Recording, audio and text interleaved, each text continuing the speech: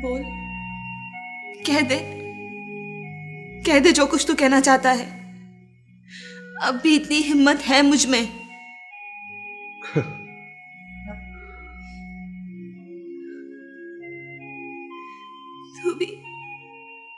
तू भी मुझ पर शक कर रहा है?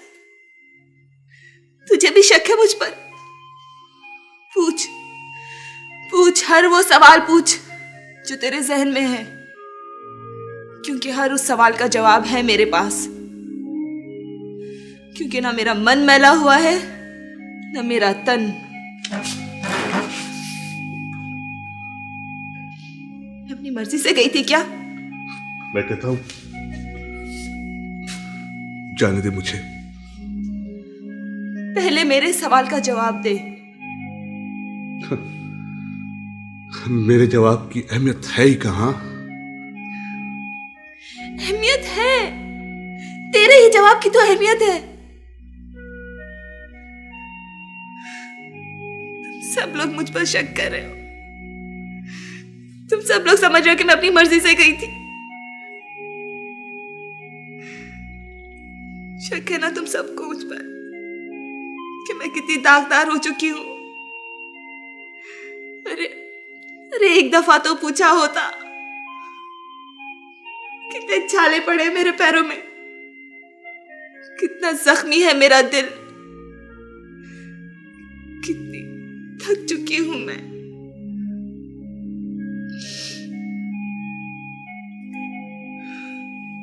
दोज़ख के सलाव में जलकर राख हुई हूं या कुंदन बनकर निकली हूं।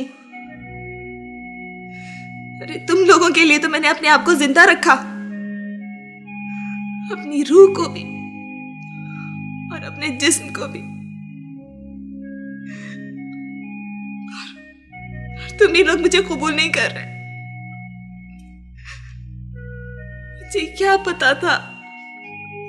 पता था कि तुम लोगों को मेरी लाश चाहिए, वरना मैं मुर्दा हालत में यहां आती। तुम सब लोग।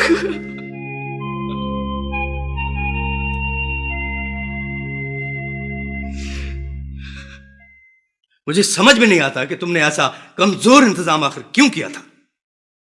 ठीक है, मर्दों से ऐसी गलतियां नहीं होनी चाहिए, लेकिन अगर हो जाए तो उसको छुपाना भी उतनी ही होशियारी से पड़ता है। अमरकोट के बंगले में उसको 2-3 पहरेदारों में रखकर तुम ये बेफिक्र होकर बैठ गए। तुमने ये तक नहीं सोचा कि कुछ भी हो जाए, लेकिन ये पहरेदार उमर को छू तक नहीं सकते। मुझे अंदाजा नहीं था कि अदा उमर मुझे इस तरीके से धोखा दे जाएगा। ऐसे मामले में अपने साए पर भी एतबार नहीं करना चाहिए। मुझे गुस्सा सिर्फ अपने लोगों पर आ रहा है। उन्होंने अदा उमर को रुका तक नहीं, सिर्फ मुझे फोन करके बता दिया कि अदा उमर लड़की को ले गए।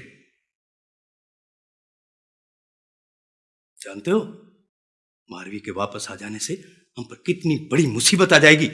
वो सबको बता देगी कि तुमने उसको उठाया था।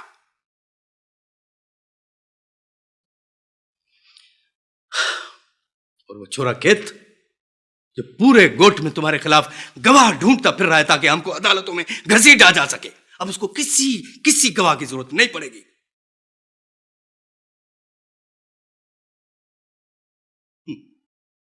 अब इस उम्र में मैं एक लड़की के अगवा के मुकदमे में तुम्हारी खातिर अदालतों में धक्के खाता फिरूंगा। नहीं बाबा, ये नहीं हो सकता। ऐसा हो सकता है इसलिए कि मैं उन लोगों को तुमसे ज्यादा जानता हूं, उनकी नस नस से वाकिफ हूं मैं। तुमने कभी मास्टर की आंखों में गौर से देखा है? कभी तुमने खेत के माथे पर पड़े बल को देखा है? कभी मारवी के लहजे पर गौर किया तुमने?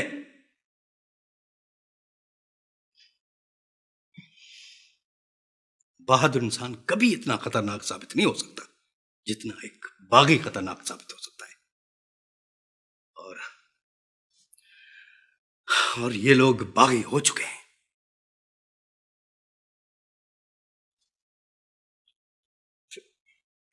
क्या करें बाबा, बागी के लिए सजा भी तो मुकर्रर होती है। हाँ, बागी की सजा सिर्फ और सिर्फ मौत है, इसलिए कि बागी की अगर सिर्फ जबान काट दी जाए तो उसकी आंखें बोलती है, अगर उसकी आंखें निकाल दी जाए तो उसका हाथ उठता है, एक एक सांस उसकी खतरनाक हो जाती है। इसीलिए बागी की सजा मौत है। फिर बाबा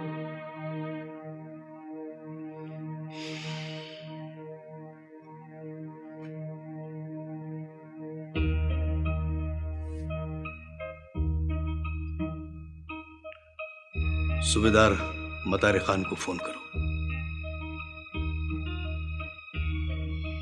पुलिस को फोन करूं?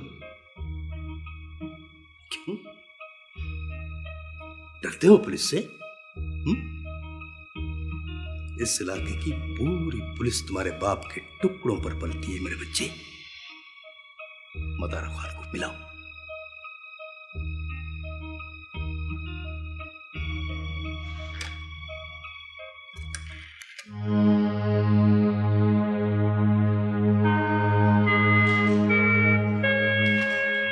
न रो न तू पुकार,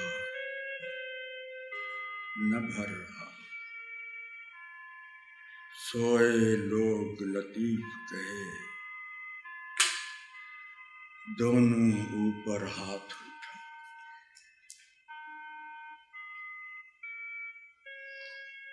न तू रो न तू पुकार, न भरा,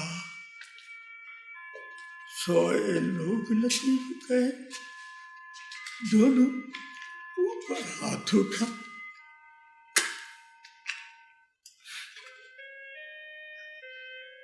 अंधेरा रहने दे खेत, रोशनी करके भी क्या देखेगा। कौन है? मैं हूँ, यहाँ से गुजर रही थी, सोचा मारवी से मिलती चल। भाई मारवी तो बड़ी चीज हो गई, पता नहीं पहचानेगी भी कि नहीं पहचानेगी। मर गई मारवी, मर गई, दफनाए हैं हम उसको। यहाँ कोई मारवी नहीं रहती। अरे यहाँ तो सिर्फ मास्टर पालनी की लाश रहती है। ए मास्टर, ये तू है? उमर सुमरो से रिश्ता करके तेरा तो मगज फिर गया है। मेरे को तो इधर से निकल जा, निकल जा इधर से।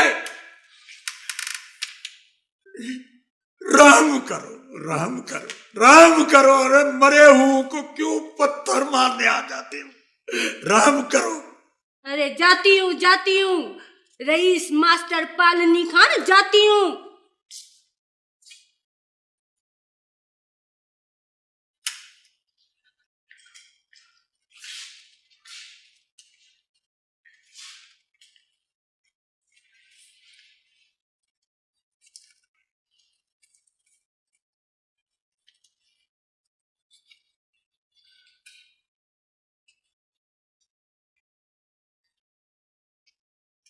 मैं यहाँ बैठ जाऊं बाबा?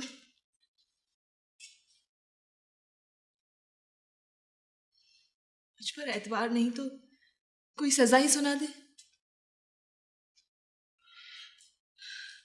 तो क्या समझता है? तो ये समझता है कि उमर यहाँ... मत ले उसका नाम, मत ले। हम झोपड़ों को जला के महलों के ख्वाब देखने वाले लोग नहीं है। फिर तुमने मारी ऐसा क्यों किया? क्यों किया मारी तुमने ऐसा? तू भी बाबा अपनी मारवी को पहचान नहीं सका। सिर्फ एक बार सुन तो सही मैं क्या कहना चाहती हूँ। मेरे चेहरे पर मेरी गवाही को पढ़ तो सही बाबा। मेरी तरफ देखना भी गवारा नहीं करता। कैसे देख लूं मारी, कैसे देख लूं? मैं देखता हूं तो मेरे दिल पर रखा हुआ पत्थर पिघलने लगता है। तो मैं किस तरह देखूं, किस तरह देखूं? तो उस पत्थर से मुझे संसार तो मत कर बाबा। एक बार तो सुन सिर्फ एक बार मुझे अपनी बेगुनाही साबित तो करने दे। अपनी बेगुनाही साबित किए बगैर मुझे कोई सजा कबूल नहीं है। मैं तो समझती थी कि तू तो उन लोगों से लड़ेगा जिन्होंने तेरी बेटी को लूट का माल समझकर उठा लिया था, जिन्होंने तुझे बेइज्जत किया था। अगर तू भी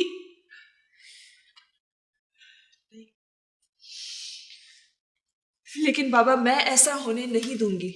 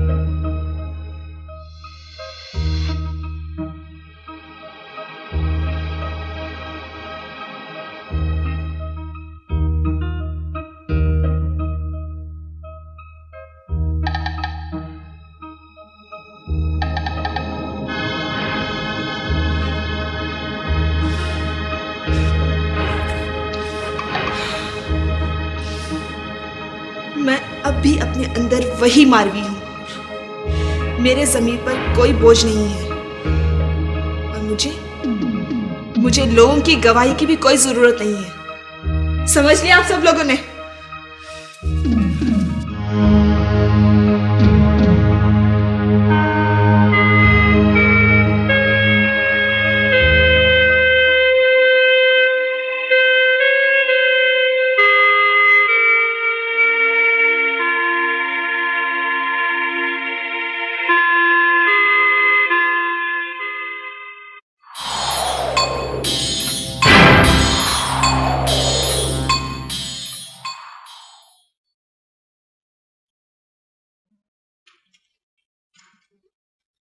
उमर जी बाबा,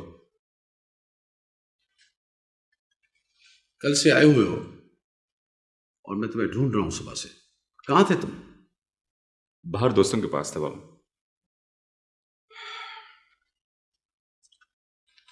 मुझे तुमसे कुछ जरूरी बातें करनी है। जी फरमाइए। वो आशिक अली खान का फोन आया था। जिस बात के लिए मैंने तुम्हें रोका था, आखिरकार तुमने उसे करके दिखा दिया। बाबा, आपने मुझे उस लड़की से शादी करने से रोका था, लेकिन इससे बहुत पहले वो मुझे नफरत से ठुकरा चुकी थी। फिर ऐसे में तो ताल्लुक का तो सवाल नहीं पैदा होता। मैंने तुम्हें खुद को एक्सपोज करने के लिए रोका था। बेटा, मैंने तुम्हें समझाया था कि अगर अनजाने में कोई गलती हो जाए तो उसे अपने मान मर्तबे के मुताबिक फेस करना चाहिए, लेकिन तुमने बिना सोचे समझे उस लड़की को घर पहुंचा दिया। अब वो लड़की तलवार बनकर हमारे सरों पर टूटेगी।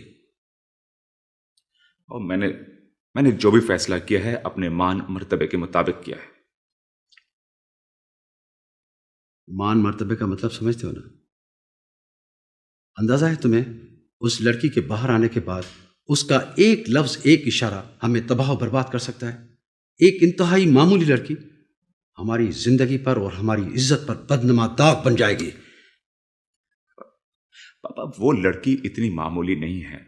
हमारा मेंटल लेवल मामूली है और पूरा सिस्टम मामूली है। नहीं सुनाओ मुझे कहानियां, बहुत हो चुका। इससे बेहतर था कि उस लड़की को तुम वहीं शूट कर देते। क्या मतलब? कत्ल कर देता उसे? हाँ, जानते हो उसने अगर अपनी सच्चाई बयान कर दी पुलिस के सामने, प्रेस के सामने और लोगों के सामने, तो क्या करोगे तुम और मैं?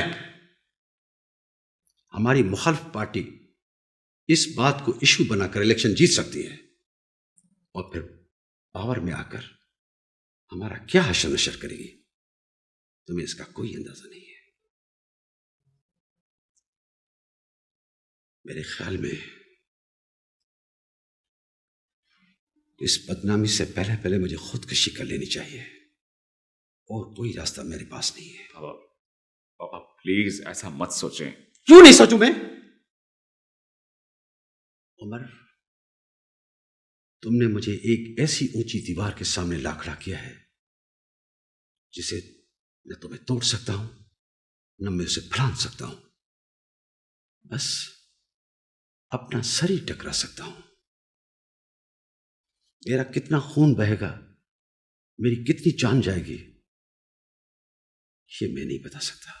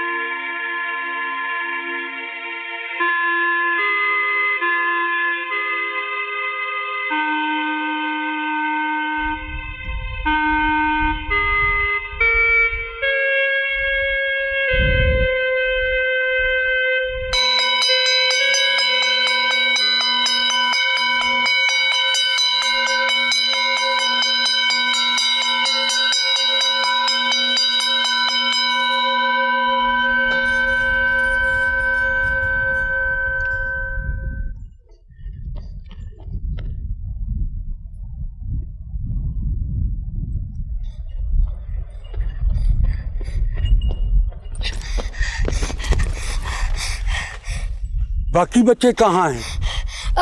अब कोई बच्चा स्कूल पढ़ने नहीं आएगा मास्टर जी। क्यों? वो सब कहते हैं आपने अपनी बेटी को भी खराब किया है और गोद के बच्चों को भी खराब कर देंगे, इसीलिए किसी ने अपने बच्चे को भेजा ही नहीं है। मास्टर जी क्या हुआ? कुछ नहीं बेटे। मैं जाऊं? मैं भी छुप कर आया हूं। जाओ। छुट्टी। अकबर अली खान वल्द आशिक अली खान को मारवी को अगवा करने के जुर्म, खेत और मास्टर पालने को बार बार बेइज्जत करने के जुर्म में सजा मौत सुनाई जाती है। सजा मौत सुनाई जाती है। सजा मौत सुनाई जाती है। आप बुज़दिल, मिल गए तुझे गवाह हमारे खिलाफ। अरे मारवी मिले ना अब तुम्हें, शिकारी करके मार देना, समझे? गवाही तो अब तेरे खिलाफ अदालत में मारवी देगी, फिर देखना तेरी लाश को किस तरह के दोस्ते हैं।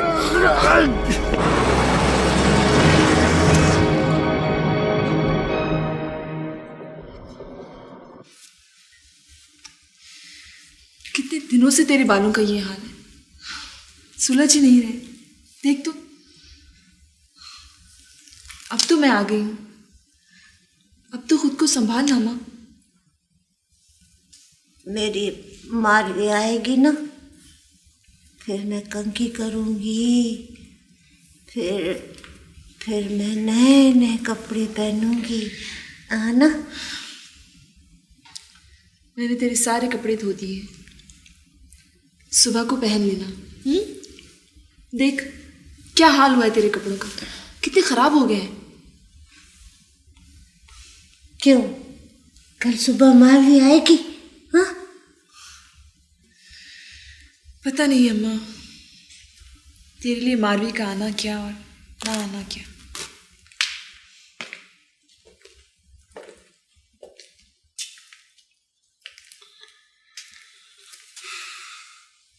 चाचा, मैंने एक फैसला किया है। क्या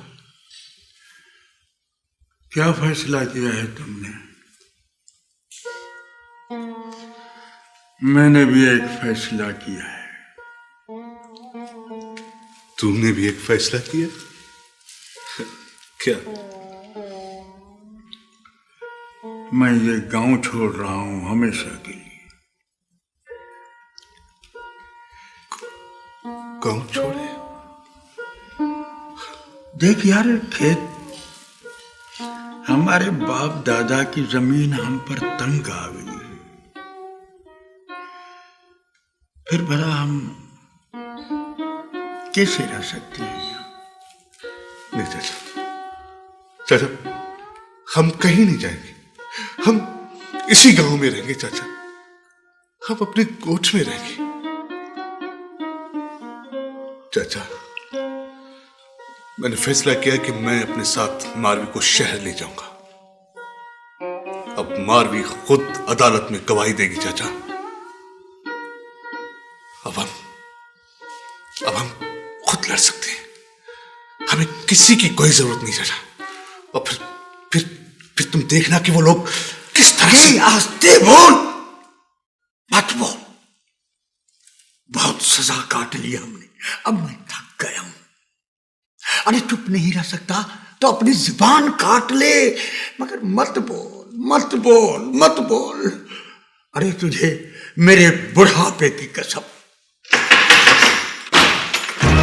खबरदार, हथकड़ी लगा उसको। पर सूबेदार साहब, इसका क्या गुनाह है? ज्यादा पर्दा डालने की कोशिश मत कर मास्टर। इसी ने तेरी बेटी मारवी को अगवा किया था, हमारे पास सबूत है। मारवी का ये सब कुछ बकवास है, ये झूठ है चाचा। ये खड़ी है मारवी, पूछो इससे उन दरिंदों के नाम, पूछो इससे। सीधे थाने चलो, ज्यादा अदाकारी करने की जरूरत नहीं है। अरे खुदा का खौफ करो सूबेदार साहब, ये भला मारवी को अगवा कर सकता है? इसका फैसला भी हो जाएगा। मास्टर, कल सुबह तुम अपनी छोकरी को लेकर थाने पे आ जाना, इसका भी बयान लेना है। चलो। ये जानती है, ये जुल्म है। अरे मारवी से पूछो उन दरिंदों के नाम, मैं कहता हूं पूछो। चलो। वो मारवी के पास, उसको दरिंदे लेके जा रहे हैं मारवी को। हाँ, उसको कहाँ जाइए? उसे बचा ले मारवी के पास, उसे बचा ले।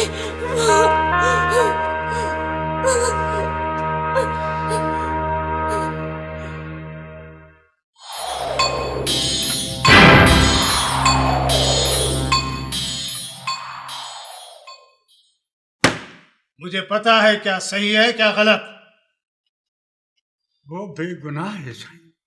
अरे सूबेदार साहब, ये तो हम पर जुल्म है, फरियादी हम खुद हैं, और हमारी दाद फरियाद करने के बजाय हम पर जुल्म हो रहा है। ऐसा मत करो सूबेदार साहब, ऐसा मत करो। हमारे पास ऐनी गवाह मौजूद हैं जिन्होंने खुद उसे मारवी को अगवा करते हुए देखा था। वो एक नंबर के झूठे हैं सूबेदार साहब। ये मेरी धी बैठी हुई है, इससे पूछ लो। अगवाशुदा लड़कियां मिलने के बाद हमेशा गलत बयान देती हैं। सही बयान दूं तो सुन सकेंगे आप? तू चुप कर, तू मत बोल। तो सही बयान क्या है? नहीं, सही बयान ये है कि ये बेचारी उन लोगों को जानती ही नहीं है। मैं उन लोगों को जानती हूँ बाबा। नहीं सही, मेरा खेत बेगुनाह है। खेत हमें मारवी के अगवा के केस में मतलूब है। मास्टर, तू खेत के पीछे क्यों अपने आप को मुसीबत में डालता है?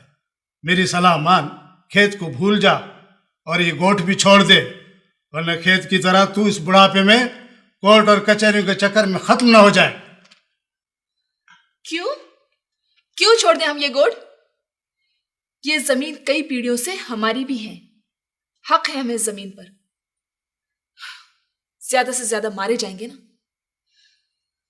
तो भी दफन इसी जमीन में होंगे। दुनिया की कोई ताकत भी हमें यहां से निकाल नहीं सकती, और ना ही सच्चाई को छुपा सकती है कि कौन लोग हमारे मुजरिम हैं। मकतूल खुद अपने कत्ल के जुर्म में गिरफ्तार होता रहेगा? नहीं, ये ड्रामा ज्यादा दिनों तक नहीं चल सकता।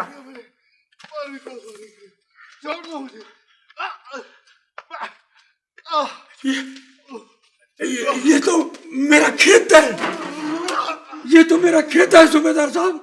बैठ जाओ मास्टर साहब, बैठ जाओ।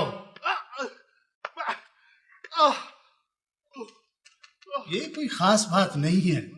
मुजरिम जब अपने जुर्म का इकरार नहीं करता तो उसको हल्की सल्की ये थापाथूपी तो करनी पड़ती है ना मास्टर। करीबाश, यस सर।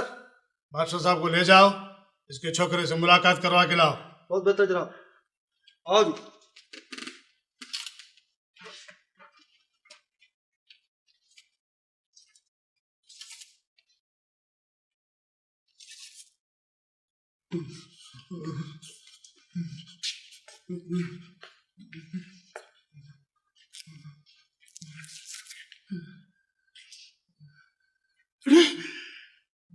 ये तेरा क्या हाल कर दिया है जालिमों ने। मेरे खेत खेत खेत खेत खेत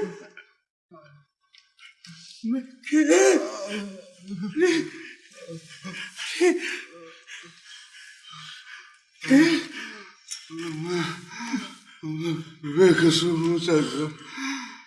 मेरे मारवी का अगवा नहीं किया।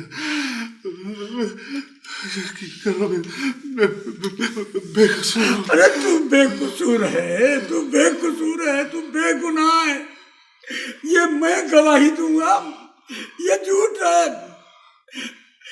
तूने कोई गुनाह नहीं किया, कोई कसूर नहीं किया मेरे बच्चे। बेकसूर। चल मास्टर चल, मुलाकात का वक्त खत्म हो गया। मैं तेरे साथ हूँ, मैं तेरे साथ हूँ। तू कोई फिक्र न कर, कोई फिक्र न कर। तू सब ठीक हो जाएगा, सब ठीक हो जाएगा, सब ठीक हो जाएगा, ठीक हो जाएगा। अगवा नहीं किया चाचा, बेकसूर।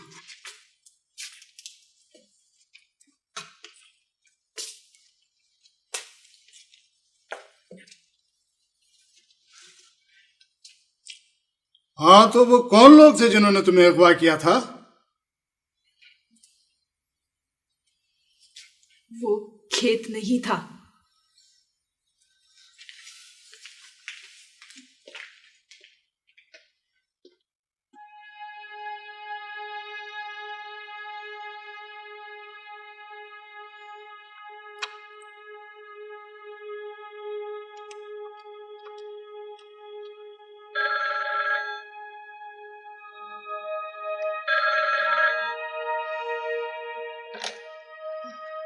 Hello hello hello hello.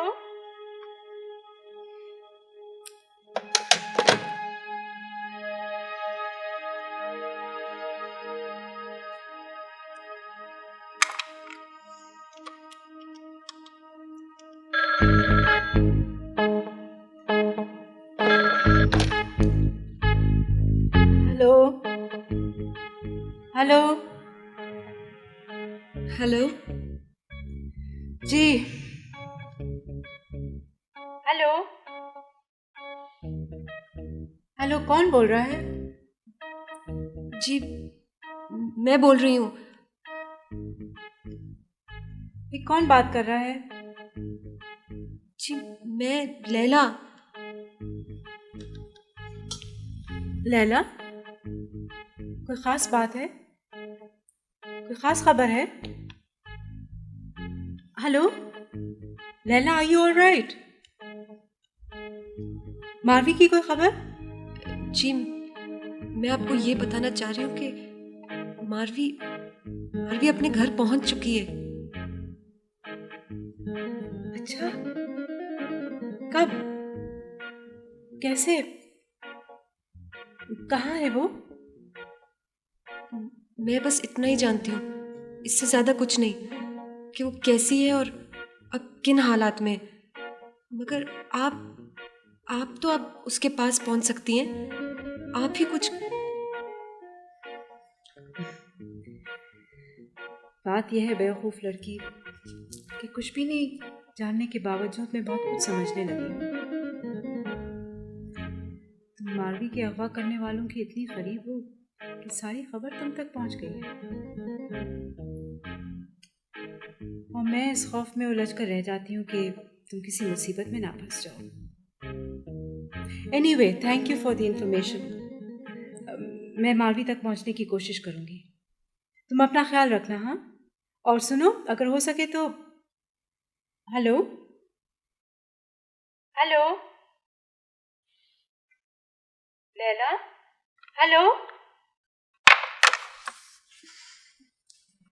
Hello, कैसी हो? किसका फोन था? किसी का नहीं, रॉन्ग नंबर था। क्या हुआ? कुछ नहीं, मुझे नींद आ रही है, सोने जा रही हूँ। अच्छा बात तो सुनो, ऐसी भी क्या नाराजगी? देखो वो अपने घर पहुंच चुकी है। बहुत बहुत शुक्रिया। लैला, आओ हम फिर से अच्छे दोस्त बन जाएं। देखो मुझे एक अच्छे दोस्त की जरूरत है जिसके साथ मैं अपने दिल का बोझ शेयर कर सकूं। प्लीज मेरे दोस्त बन जाओ। लैला, भूल जाओ उस वाक्य को। देखो व्हाई नॉट, छोटा सा तो वाकया था। तुमने एक लड़की को उठाया, कुछ दिन उसको अपनी कस्टडी में रखा और मेहरबानी करके आजाद कर दिया। बस किस्सा खत्म। और कुछ ही दिनों में हम सब ये छोटा सा वाकया भूल जाएंगे।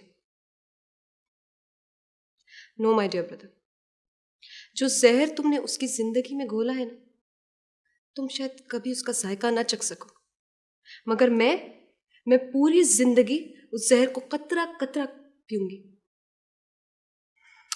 लैला, बात तो सुनो मेरी।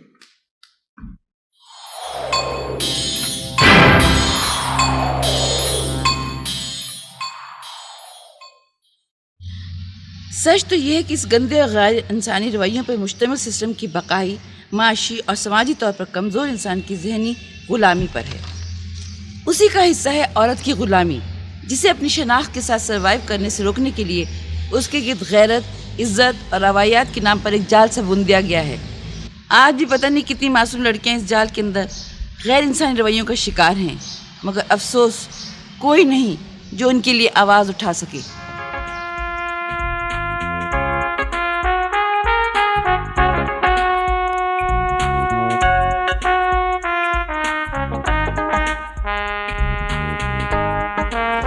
Excuse me Mrs Ali Nawaz, एक मिनट प्लीज, आपसे एक अहम सवाल करना है। सफिया बेगम, मेरे पास वक्त टाइम नहीं है, फिर किसी वक्त सही। जी बेगम साहबा, सिर्फ 1 मिनट लगेगा। पिछले दिनों अखबारात में अंदरूनी सफ़ों में एक छोटी सी खबर छपी थी, एक लड़की मारवी के अगवा के मुतालिक। ये लड़की थरपार करके उस गोट से ताल्लुक़ रखती है जो आपके शौहर के हल्का इंतखाब में आता है। Who's Marvi? I don't know her. ये वही लड़की है मिसेस अली नवाज जो गोट से निकल कर आई और यहाँ यूनिवर्सिटी में MA जर्नलिज्म कर रही थी, और आपकी बेटी लैला की भी बहुत करीबी दोस्त है। उसका आपके घर में भी आना जाना है। इत्तेफाक से वो हमारे मैगजीन में भी काम करती रही है। मैं सिर्फ ये पूछना चाहती हूँ कि उस लड़की के बारे में आपने क्या किया। ठीक है, मैं मालूम करूँगी। वैसे मुझे इस वाक़े का कोई इल्म नहीं है। आप इस सिस्टम में रहकर भी इसके खिलाफ जहाद तो कर रही हैं, आपको मुश्किल तो होगी। वो जहाद ही क्या जिसमें मुश्किल ना हो। आप आपके शौहर के हल्का इंतखाब में इस किस्म के अलमनाक हादसे हो रहे हैं, आप बेखबर हैं, जबकि आप उनकी इंतखाबी मुहिम में इतनी सरगर्म रही हैं। सफिया बेगम, आप मेरा वक्त ज़ाया कर रही हैं। रास्ता दीजिए मुझे।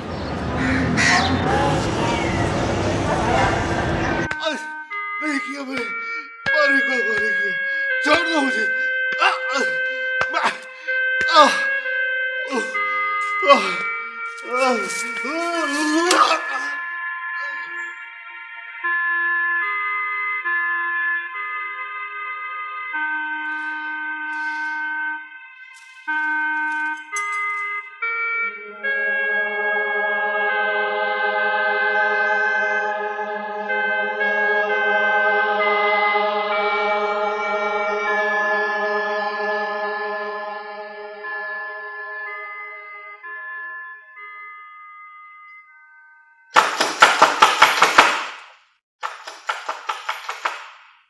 कौन है?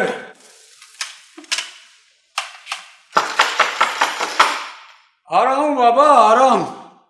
जल्दी आओ, जरूरी बात करनी है।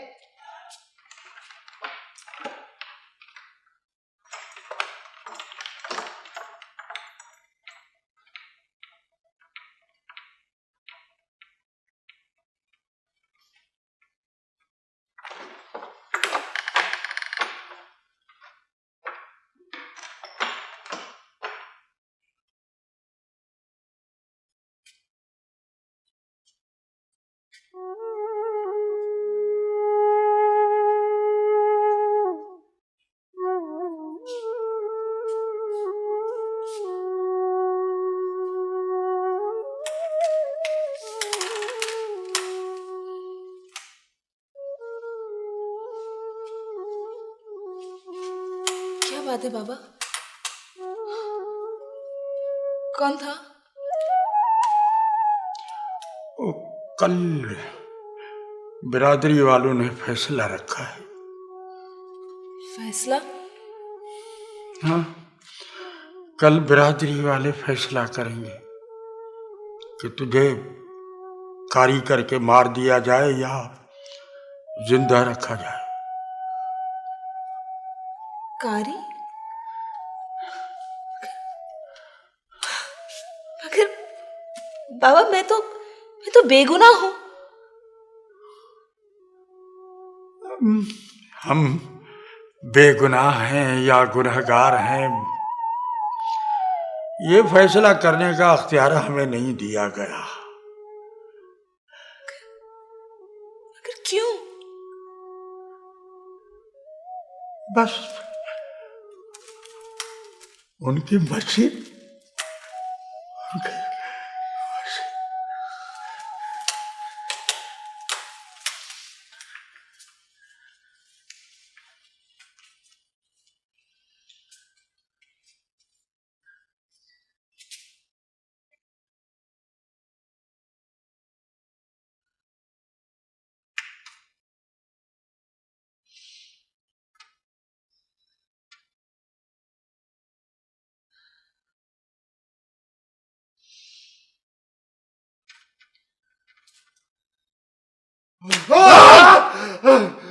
और तू क्या कहता है? नहीं किया मैंने मालविका को, मैंने वो नहीं किया, नहीं किया मैंने। अपोल! नहीं किया, नहीं किया मैंने।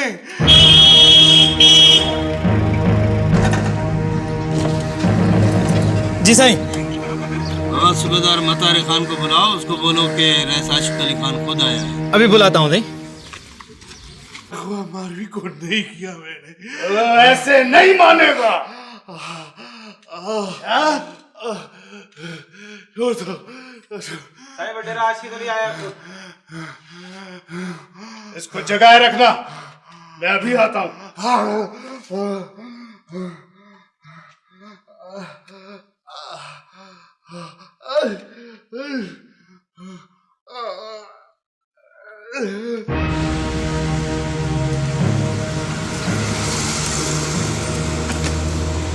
हाँ मतारा खान, कर खबर।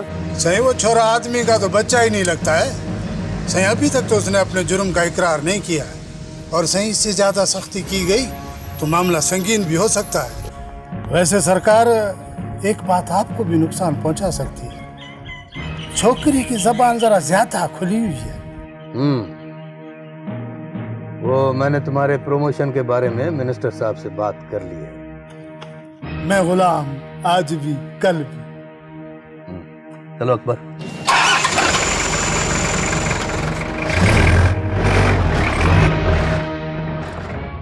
देखिए मिस अहमद, आप हमें एक फजूल किस्म के स्कैंडल में मुलविस करके मेरी सियासी साख को नुकसान पहुंचा रही हैं। और मुझे पता है कि आपका ये बिजनेस किस तरीके से चलता है, और अगर मैं चाहूं तो आपके ऊपर मुकदमा दायर कर सकता हूं, लेकिन नहीं, मैं तो आपके पास दोस्ती का हाथ बढ़ाने आया हूं और फिर आपसे ही पूछता हूं कि मेरे मुखालफिन ने आपको जितनी पेमेंट दी है मैं आपको उससे डबल दे दूंगा। आप ये क्यों समझ रहे हैं कि हम आपको इस मामले में मुलविस करना चाह रहे हैं? क्या हमें अपने लीडर से ये सवाल करने का हक नहीं कि उनके हल्का इंतखाब में जो हो रहा है वो उससे इतने बेखबर क्यों है? वहां जो जातियां होती हैं उन पर आवाज क्यों नहीं बुलंद करते? Look, Miss Ahmed, really, I am not a social worker. I am a politician, so it's not my job. But it is my job, sir. It is my professional and moral responsibility. और यही तो वो मुआवजा है जिसे आप double करना चाह रहे हैं। अच्छा चलिए छोड़ो इन बातों को। आपने ये कैसे तय कर लिया कि उस लड़की को वहां से अगवा किया गया था जबकि वो लड़की अपने घर में मौजूद है? मौजूद है या पहुंचवाई गई है? देखिए मिस अहमद, आप मेरे साथ ज्यादती कर रही हैं। जी नहीं सर, मैं तो सिर्फ एक सवाल कर रही हूँ। आपके महज सवाल की वजह से आपको इस बात का अंदाजा है कि मेरी फैमिली कितनी डिस्टर्ब हो रही है और मेरा सारा पॉलिटिकल इमेज मुतासर होकर रह गया है। और आपको तो फकत एक स्टोरी चाहिए जो आपकी मैगजीन की सर्कुलेशन को बढ़ा सके। I am sorry to say miss Ahmed, really it's a yellow journalism. I am sorry sir, it's not yellow journalism, it's yellow politics. वरना कहानी तो सिर्फ ये दी गई थी कि जिस गोट से उस लड़की को पुरस्कार तौर पर गायब किया गया था और वो अभी तक यूनिवर्सिटी नहीं पहुंच पाई, वहां के लोगों ने अपना नाम राज में रखते हुए उसके अगवा की खबर भी दी और उसके वापस पहुंचने की भी। इसमें आप तो इन्वॉल्व नहीं है। सवाल तो सिर्फ ये किया जा रहा है कि चूंकि वो कोर्ट आपके हल्के इंतखाब में आता है और आपका असर और रसूख भी है वहां पे, तो आपने क्या किया इस सिलसिले में? अगर आप बेखबर हैं तो क्यों? बस इतनी सी स्टोरी है और आप इसे पर्सनली ले रहे हैं। देखिए मिस अहमद, मैं आपको ये बताना चाहता हूं कि मैं सिर्फ एक सियासतदान ही नहीं बल्कि मेरा ताल्लुक बरसों पुराने जागीरदाना सिस्टम से है। और फिर इस किस्म की बातें हमारी इज्जत का मसला बन जाती हैं। मैं आपसे दरख्वास्त करता हूं, प्लीज आप समझने की कोशिश कीजिए। आई नो सर, इस वक्त भी एक सियासतदान नहीं बल्कि एक जागीरदार मुझसे मुखातिब है। But I am very sorry sir, मेरा मैगजीन और मेरा कलम आपकी जागीरदारी के हुदूद में नहीं आता, इसलिए आजाद है।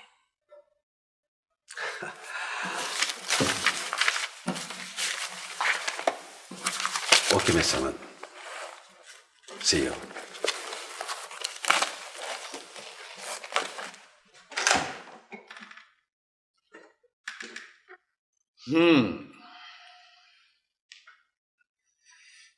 फिर मास्टर, तूने बिरादरी वालों की बातें तो सुन ली, अब तू क्या कहता है?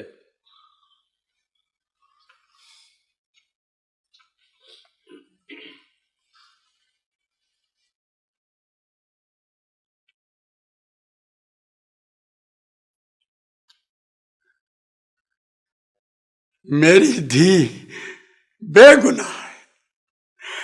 कुछ पता नहीं कौन लोग थे वो, जो भी थे मैंने उन्हें माफ कर दिया, मैंने उन्हें माफ कर दिया। बस मेरी मासूम धी की जिंदगी की सब लोगों से मैं भीख मांगता हूं, मैं भीख मांगता हूं। मेरे इस कशकोल में मेरी धी के लिए थोड़ी थोड़ी सी जिंदगी खैरात में डाल दो, डाल दो। थोड़ी थोड़ी सी जिंदगी, थोड़ी थोड़ी सी जिंदगी, थोड़ी थोड़ी। बात सुनो मास्टर, गंदी मछली पानी के बाहर ही अच्छी। तेरी धी को छोड़ दे। 10 साल पहले मेरी छोकरी के लिए भी इसी ओताक में फैसला हुआ था। तब मैंने बिरादरी के कहने पर अपनी धी को अपने हाथों से कारी करके मारा था। उस वक्त मैंने तो किसी से खैरात नहीं मांगी। चाचा यारू तू ठीक कहता है, हम इतने भी बेगैरत नहीं हैं। हमारी बहन को हमारे दुश्मन सबके सामने जबरदस्ती जब उठा के ले गए थे, लेकिन हमने बिरादरी के सामने फैसला लाए बगैर उसे कारी करके मार दिया था। अरे आज भला मारवी को छोड़ दे, इसका मतलब ये है कि पूरे गोट की छोकरी को आजादी दे दे। राजा, राजा, मेरी धी बेगुनाह है। मास्टर बात सुन, पूरे गोट के सामने तेरी बेटी मारवी रईस उमर सुमरो के साथ लंबी गाड़ी में चढ़कर आई थी, और रईस उमर सुमरो कितनी देर तुम्हारे घर में खड़ा रहा? कोई जवाब नहीं। बाबा सही जब शहर में गया था तब रईसों के महलों में तुम्हारी बेटी मारवी को खुद अपनी आंखों से देखा था। रईस अली नवाज सुमरो ने भी हाकिम साई को खुद शिकायत दी थी तुम्हारी बेटी मारवी की। क्यों हाकिम साई?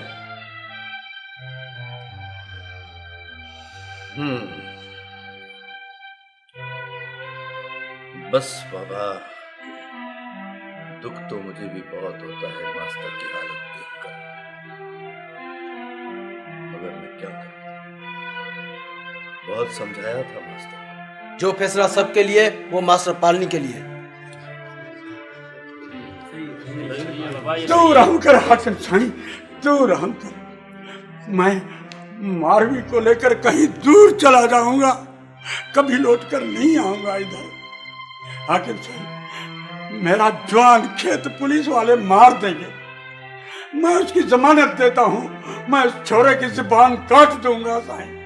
हाकिम साईं, तू रहम कर, तू रहम कर हाकिम साईं, तू रहम कर हाकिम साईं। मैं क्या करूं मास्टर, मैं बहुत मजबूर हूं। मेरे लिए पूरा गोट बिरादरी बराबर है। सबकी इज्जत और गैरत मेरे पास अमानत है मास्टर। अब जो बिरादरी वालों का फैसला होगा वो तुझे भी कबूल करना पड़ेगा और मुझे भी। हाँ बाबा, फिर